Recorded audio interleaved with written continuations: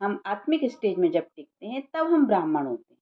क्योंकि आत्मा माने ब्रह्म, तो हमारी सारी ऊर्जा जब मस्तक में आत्मा की ओर हम अनुभव करते हैं हर पल और अपने आप को उस परमात्मा से जुड़ा हुआ अनुभव करते हैं, तब हम ब्राह्मण होते हैं। तो इसीलिए तो चोटी दिखाते हैं ना ब्राह्मणों की। तो वो क्या, हाँ, इधर पे दिखाते हैं, माने कि सहस्त्रार चक्र में उनकी मतलब पूरी एनर्जी ऊपर की ओर, आत्मिक एनर्जी पूरी ऊपर की ओर है। माने वो ब्रह्म से उसकी बुद्धि जुड़ी हुई है, ब्रह्म ज्ञान उसके अंदर है, तो वो ब्राह्मण है। तो परमपिता परमात्मा को याद करके हम आत्मिक ऊर्जा को मूलाधार से ऊपर सहस्त्रार चक्र की ओर लाते हैं। यही साधना होती है और इसके द्वारा ही हमारे अंदर परिवर्तन आता है, संस्कारों में परिवर्तन आता है और फिर हम सही अर्थ में फिर हम परमात्मा की एनर्जी से, यूनिवर्स से जुड़ पाते हैं, भगवान से जुड़ पाते हैं, ईश्वर से जुड़ पाते हैं। तो हमारा शरीर जो है वो तो हम सभी जानते हैं कि 5 तत्वों से बना होता है। तो सबसे पहले तो पृथ्वी तत्व, तो जो हमारा मूलाधार चक्र है वो पृथ्वी तत्व से जुड़ा हुआ है। इस और फिर पृथ्वी में क्या है? जल है ना? तो माने कि जो स्वादिष्टान चक्र है वो अ, जल से जुड़ा हुआ है।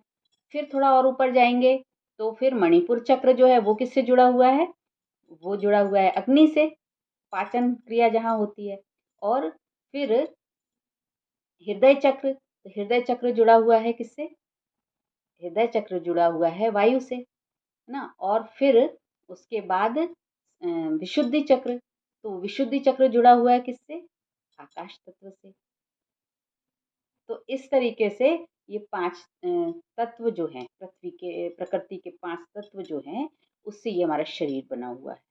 और आत्मा हमारी यहाँ है, जो ब्रेन में जो पिट्यूटरी ग्लैंड और पीनियल ग्लैंड है और वहाँ पर एक एनर्जी जो पूरे शरीर को नियंत्रित करती है, सूचनाएँ देती हैं, है ना? कंट्रोल करती है पूरे शरीर को। वो जो एनर्जी है वही आत्मा है। भ्रुकुटी के मध्य में अंदर की ओर जो पॉइंट है उसे ही आत्मा कहेंगे। तो ये जो 7 चक्र हैं उसमें सबसे नीचे वाला जो चक्र है उसके वहाँ पे जो ग्लैंड होगी वो है सेक्सुअल ग्लैंड, वहाँ पे होती है, तो वो अपना वर्क करती है ना? और जब ये चक्र इम्बैलेंस होगा तो उससे क्या होता है कि जब ये बैलेंस नहीं होगा तो उसमें फिर थका-थका सा महसूस होता है ना? और थकावट लगती है और जैसे ऐसा लगता है कि हर बात में समस्या सी महसूस होती रहती है ना? और ऐसा कि डर, भय हमेशा अपने आप में लगा रहता है, तो डिप्रेशन ये सब चीज़ें होती हैं। तो यदि ये एनर्जी पॉइंट वीक है, यदि ये चक्र यदि कमज़ोर है, तो यहाँ पे इसको एक्टिवेट करना होगा, इसमें पावर भरनी होती है ना? तो इस ग्लैंड जो इधर पे जो ग्लैंड है सेक्सुअल ग्लैंड, वहाँ पे जो बायोकेमिकल हार्मोन निकल रहा है उसको फिर बैलेंस करना होता है। तब फिर हमारे अंदर अनुभव होता है कि हम शक्तिशाली हैं और प्रैक्टिकल बनते हैं और फुर्तीलापन हमारे अंदर आता है ना। फिर है उसके थोड़ा और ऊपर जाएँगे मणिपुरा माने सैक्रल चक्रा, तो उसमें क्या होता है यदि उसकी कमी वहाँ पे इम्बैलेंस होगा, ठीक नहीं होगा वो चक्रा, तो वहाँ पे फिर नशे की आदत बनना, डिप्रेशन में रहना, आलस रहना, ये सब चीज़ें होंगी।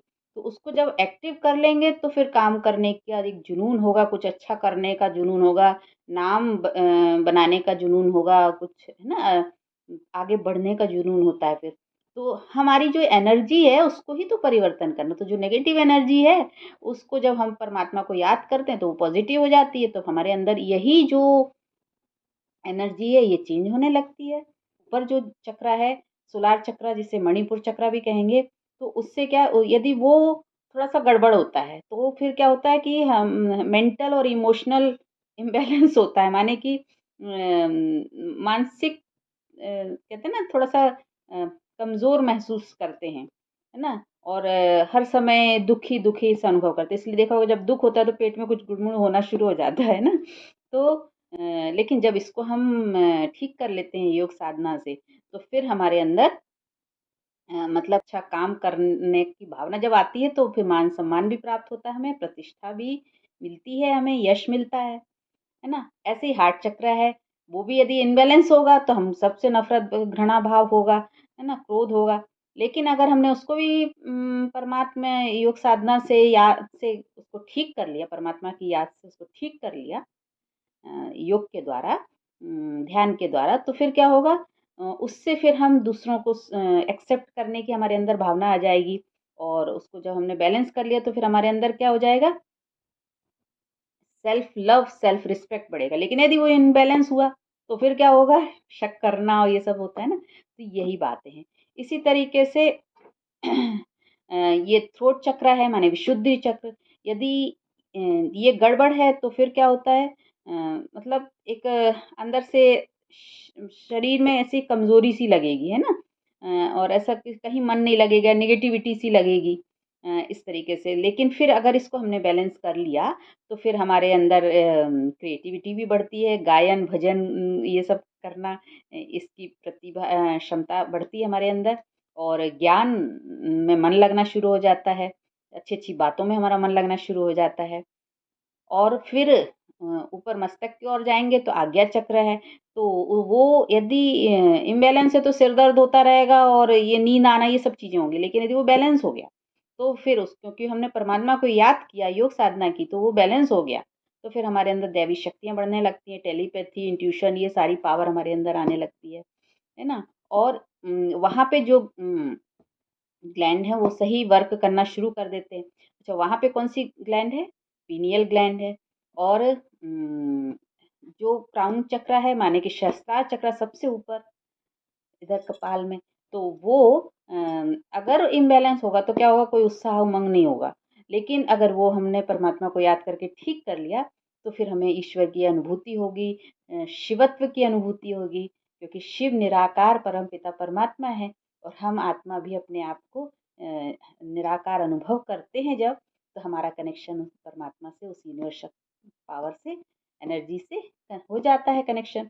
और उस वहाँ पर जो क्राउन चक्र के पास जो ग्लैंड है, वो पिट्यूटरी ग्लैंड है।